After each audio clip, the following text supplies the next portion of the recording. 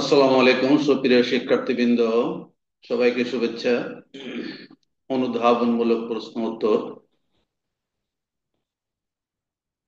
15 নম্বর ক্লাসে তোমাদেরকে স্বাগতম জানাই। ভূগোল প্রথম পত্র, অষ্টম অধ্যায়, সমুদ্র স্রোত ও জোয়ার ভাটা। একাদশ, দ্বাদশ এবং এইচএসসি পরীক্ষার্থীদের জন্য আজকে আমার একটা গুরুত্বপূর্ণ ক্লাস। জোয়ারের বান কি ব্যাখ্যা করো, অর্থাৎ জোয়ারের বান কি সেটা নিয়ে আমি আজকে আলোচনা করব।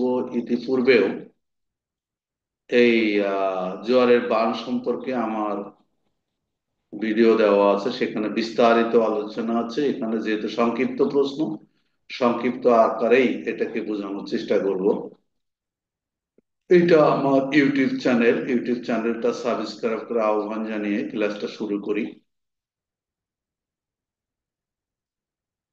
আজকের যে প্রশ্নটা সাধারণত আসে এভাবে, জোয়ারের বান কি ব্যাখ্যা করো, অথবা জোয়ারের বান সৃষ্টির কারণ সমূহ আলোচনা করো, ইত্যাদি ইত্যাদি। খুব সহজ প্রশ্ন। জোয়ারের সময় সমুদ্রের পানি উঁচু হয়ে মোহনা দিয়ে দ্রুত নদীতে প্রবেশ করে, ফলে নদীর পানিও তখন বৃদ্ধি পায়। এভাবে জোয়ারের পানি নদীতে আসার সময় মাঝে মধ্যে অত্যাধিক উঁচু, অর্থাৎ 5 থেকে 7 মিটার হয়ে প্রবাল বেগে নদীতে প্রবেশ করে। তখন একে বান বলে। অমাবস্যা, পূর্ণিমা তিথিতে নদীতে জোয়ারের সময় বান ডাকার ফলে অনেক সময় নৌকা, লঞ্চ প্রভৃতি ডুবে যায়। এখানে একটা চিত্র দেওয়া আছে। এটা ওশান, সমুদ্র, এবং এইটা হচ্ছে কিন্তু তার মোহনা। মোহনা দিয়ে একটা নদী চলে যাচ্ছে। এবং কি বলা হচ্ছে, যখন অমাবস্যা বা পূর্ণিমা তিথিতে জ্বরের প্রাবল্য অনেক বেশি থাকে, তখন নদীর এই যে মোহনার সংকীর্ণ যে পথ, এই পথ দিয়ে নদীতে পানি প্রবেশ করে। এবং এখানে পানির গতিবেগটা অনেক থাকে, অনেক গতিবেগ বেশি থাকে। তখন তার পার্শ্ববর্তী অঞ্চল, এই নদীর যখন ধারণ ক্ষমতা কমে যায় পানির, তখন কি হয়, ইনকামিং টাইড, মানে এখানে যে জোয়ারটা আসে, সেই জোয়ারের পানি নদীতে প্রবেশ করার ফলে নদী তার পার্শ্ববর্তী অঞ্চলে 5 থেকে 7 মিটার উঁচু হয়ে পানি প্রবল বেগে তার পার্শ্ববর্তী অঞ্চলকে প্লাবিত করে ফেলে।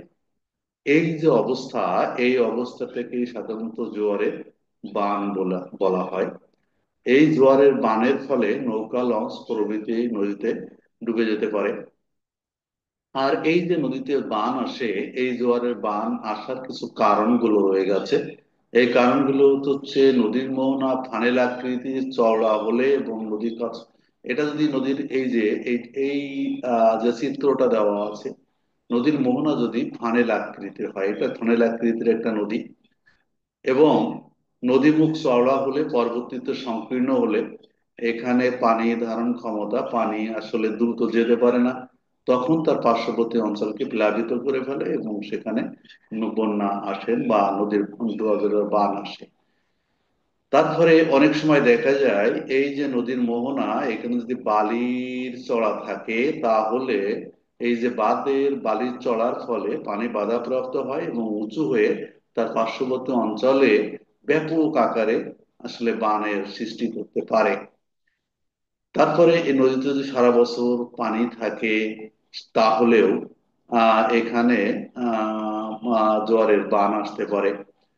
তারপরে প্রবাল স্রোত, নদীর পানির স্রোত যদি প্রবাল আকার ধারণ করে, তখনও নদীতে বান আসতে পারে। তার অর্থাৎ আমরা এখানে জোয়ারের বান সম্পর্কে আজকে বুঝলাম।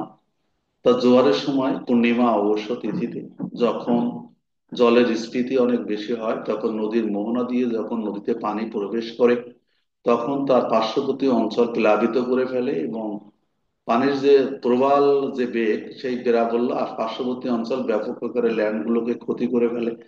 এই যে অবস্থা, এটাকেই জোয়ারের বান বলা হয়। এবং এই পানির উচ্চতা 5 থেকে 7 মিটার পর্যন্ত উঁচু হয়ে যায়। এখানে লঞ্চ ডুবি ঘটে। এখানে নৌকাডুবি ঘটে, অনেক ক্ষয়ক্ষতি হয়। যাই হোক, এখানে আমরা আজকে জোয়ারের বান সম্পর্কে আলোচনা করলাম। সকলকে অসংখ্য ধন্যবাদ জানিয়ে আজকের মতো এখানে শেষ করি। আল্লাহ হাফেজ।